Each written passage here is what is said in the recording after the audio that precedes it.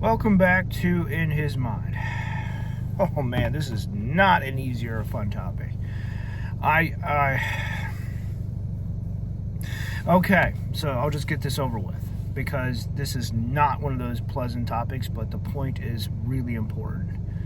Jesus died for everyone, including murderers, and why people, serial killers too, and why people kill is something that I think is morbid but important. Why? Because if it's a condition that can be treated, it should be treated. People are broken, plain and simple, and some people start off as broken. Should they be denied a life, their life? Unfortunately, fortunately, I'm not the one to make that call, but unfortunately, these people do exist. Other people, they become broken through the choices that were made and what they were forced into. Like, there's just a lot of cruel people out there and a lot of cruel situations. Of course, what do you expect when you live in a world here that has a whole bunch of evil and garbage in it? Anyway, the urge I will talk about briefly here, but I would like to do so after playing something here. I hope you'll take this into consideration before watching this video. The link will be down below, alright? I'm going to use someone else's video for this. I'll give them credit. Also, I don't know if I'll be playing this character in Baldur's Gate 3, but it's very well done overall.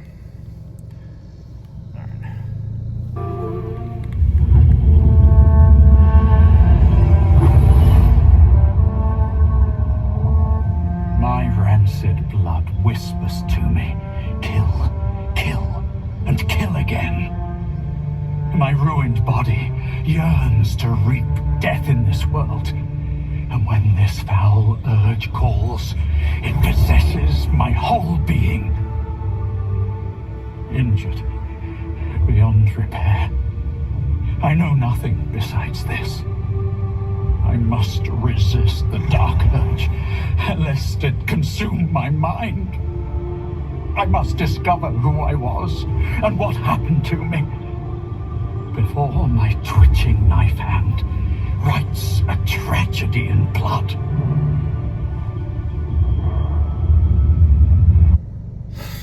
Yeah. So obviously it's going to be surrounded in mystery and there's a lot there to take in, but like the point still stands.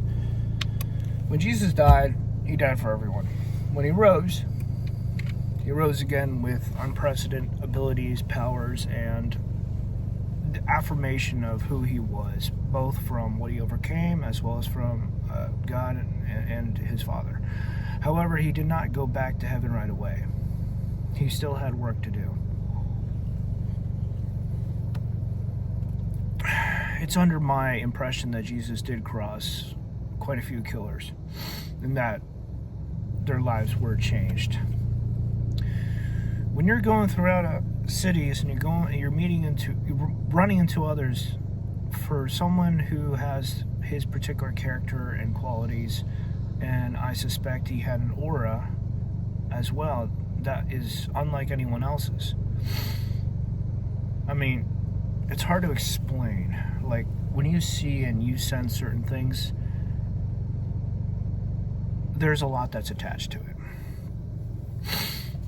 Now, for this particular character, again, I state, like, I just don't know if I'll play it or not, but we'll see. I do not like Grand Theft Auto games where you can go around doing whatever, killing whoever, but Larian Studios has made something of a masterpiece, and, a lot that was traditionally off the table is actually on the table for you to do, including killing kids. It's built into the game. It's built into the system. Anyway, I'm getting off topic here.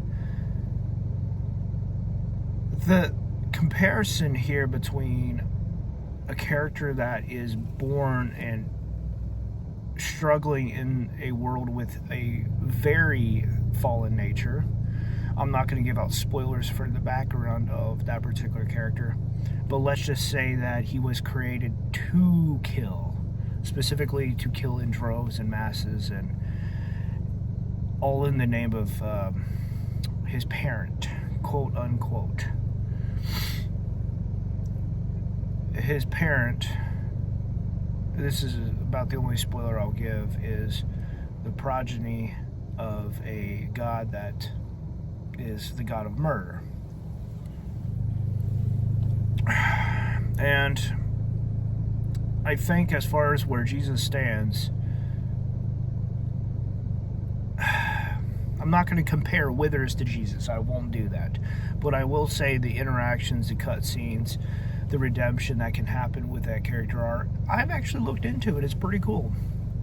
Because you can have that character be redeemed. You can have him be born anew when you meet certain criteria. I think, in a very real sense, people are born with different natures that require more intervention. They may recognize it, they may recognize their need, and they may try to cling fast to whatever they can to try to change who they were, to be fixed. And I think Easter, with some of the messages out there of Jesus saying, "Come as you are," and that he died for everyone, and that he rose to show his triumph over everything and everyone, including the grave, is something that is very powerful.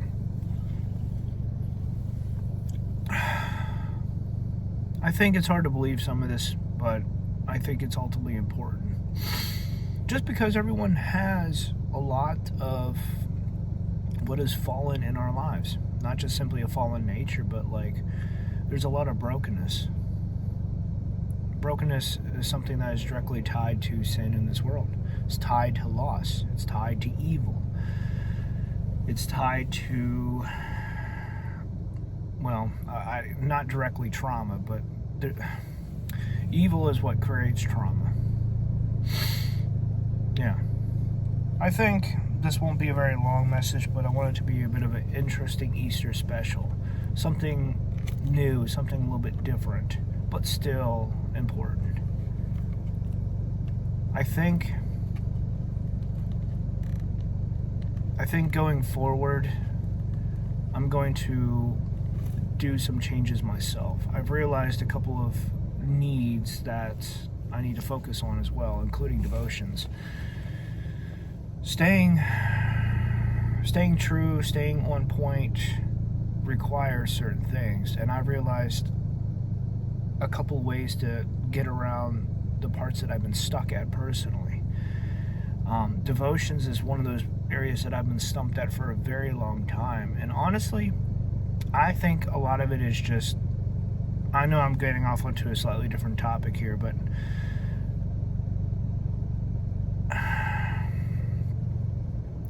devotions is just something that I'll be forcing myself to get through and to start on that path, because it's a need that I have, but there's been an unusual amount of, not resistance, but blockage between me and devotions. So yeah, that's one of the major changes that I'll be doing, is going back to devotions. Now, I think to wrap everything else up, I will just say that Easter, I think, is also a time of mourning as well as celebration, because of I guess the longer you live, the more you lose, and there's a lot of bittersweet memories there. I guess that's I guess there's joy in that too, because as far as Christians go, we believe in a future. We believe in a better tomorrow. We believe that things will be made right and made whole once again, no matter how broken or twisted they are, because remade in the image of God is something that I think it's meant to be marvelous. I think it's meant to be new. Not just simply different, but new. I have an idea what that looks like, but it's hard to describe. All right, well, until next time, I hope this was something of a thought-provoking video for you. And it is definitely a bit more grim than I normally do. It's just going along through Baldur's Gate 3 and then thinking about this character and looking more into it has given me a bit of a eye-opener into what things are. Obviously, it's not something I like, but this is Easter time, and this is honestly a time of death and redemption. Jesus died for us, and he rose again for us as well. Not just to get you. I'll just end it here. I'm not trying to get too emotional and scream. All right, until next time.